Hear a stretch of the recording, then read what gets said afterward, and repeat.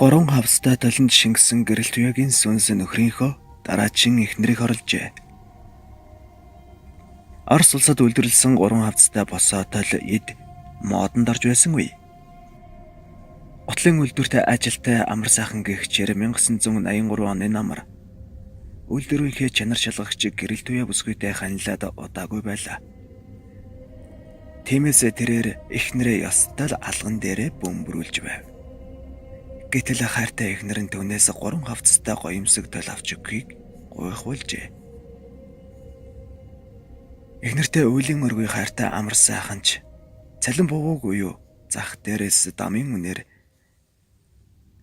350 төгрөг төлөөд нөгөө хүслэн болсон талыг нь авч өгчээ. Гэрэлт яж бөөн баяр орсонч гарсанч талдаад. Тэр батга толныхоо өмнө эргэлдсээр гэр орныхоо ажил албан ажил төрлөө хүртэл хойш тавих төхөж байлаа.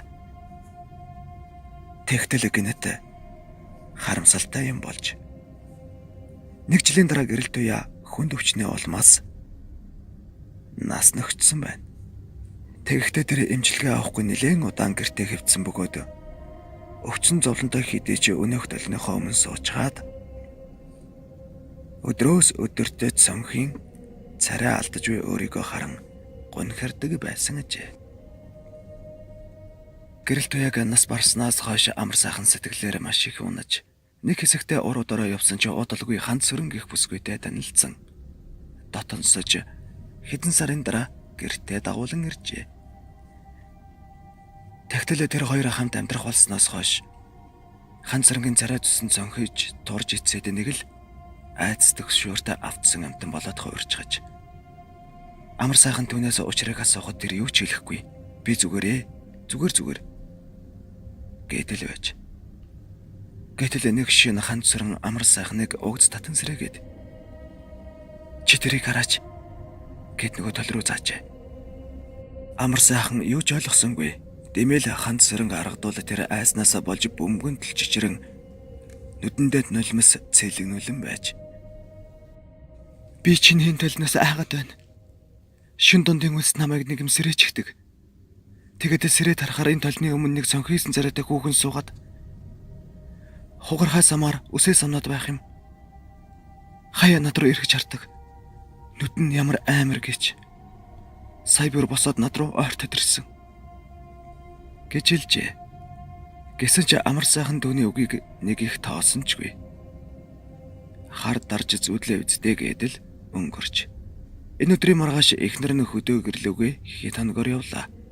Тэгээд удалгүй эргэж ирсэн ч амар сайхнад очихоос татгалзан тэр хоёр ажилчдын байранд хитэн сараа гэж жаргалтай нарахгүй өнгөрөөсөн байна. Тэгээд ганц сөрөнгө төрөх төхөөд ирмэгц амар сайхнад буцаж иржээ. Тэгтэл ганц сөрөн урдын адил цонхийн царай зүс алдаж сүлдээ бүр эмнэлэг твтжээ. Гэвч тэр удаан хугацаагаар эмнэлэг твтэж байгаад хөөхтэй дотоод төрүүлээд хорвоог орхисон байна. Төвнийг нас барсны дараа амар сайхан бүр их сэтгэлээр унаж өөрийгөө азгүй тэнгэргүй гайхан амиа хорох төгсөнч дотоод төрсөн ч гэсэн амьд үлдсэн үрээ бодоод твчин өнгөрсөн байв. Хүүн дотоод төрсөн ч гэлээ их л бие сайтай цаваа цолгон амтан байв. Амар сайхан 2 сар гэртээ хүүгээ эмнэлэгт байлгаад гэртээ авчирсан аж. Энэ үед түүний ээж нь хүүг нь харахаар хөдөөнөөс ирээд байлаа. Гэтэл хүүгээ гэртээ авчирснаас хойш хүүн шин дундын үед цочид сэрээд очиргүй уйлан хайлж бүр цэлдэн хөхрөн татаж эхэлжээ. Имэрхүү байдлаар хэд хонтол нэг өдөр ээж нь амар сайхан тандан. За хүү минь танай гэр нэг л биш юм аа. Чи юу ч гэсэн юм үзэж хардаг хүн байвал авчираарай гэсэн байна. Ингээд амар сайхан хүн хараас асууж сургалж байгаад Наванжив гэдэг өвгөн ламыг гэртээ дагуулan иржээ. Тэгтэл чи өвгөн лам тэднийд орж ирэнгүүтэл танаа гэрт яагарахгүй юм шүглж гисэн эд байна. Тэр л хүүгийн чинь ээжийг хорлоод одоо хүүг чинь хорлох гээд байна. Гэж хэлээд ном гүрэм тавьж эхэлтэл гэрийн хомирт байсан нөгөөх 3 хавцтай толг гинэт дуу чимээтэйгээр тасхын хагарсан байна. Гэтэл талны арын хөндийгөөс амар сайхны анхны эхнэр гэрэл туяагийн хугархай сам хавчаар усны сэв зэрэг юмс гарч иржээ. Үүнийг харсан өвгөн лам тэр даруй тэтгэр зүйлийг аван гарч нэлээд хол газар аваачин шатааж устгажээ. Тэгээд нөгөө хагархай талигч мөн газарт булуулж устгуулсан байна. Энэ өдрөөс хойш амар сайхны хүү уйлж бархирхаач болсон аж. Эндээс харуула талигаач бүсгүйн сүнс толиндоо хоргодоод амар сайхны дараачин эхнэр мөн хүүхдийг нь хорлож байсан бололтой.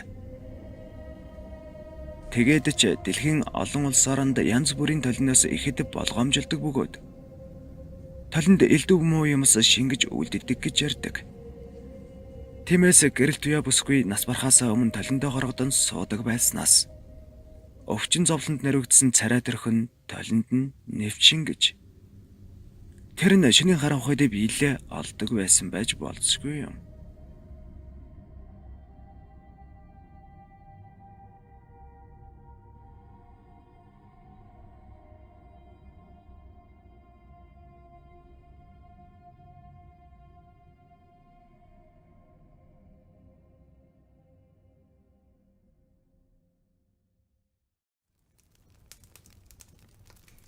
Хэрвээ танд манай бичлэг таалагдж байгаа бол subscribe дарж биднийг дэмжээрэй.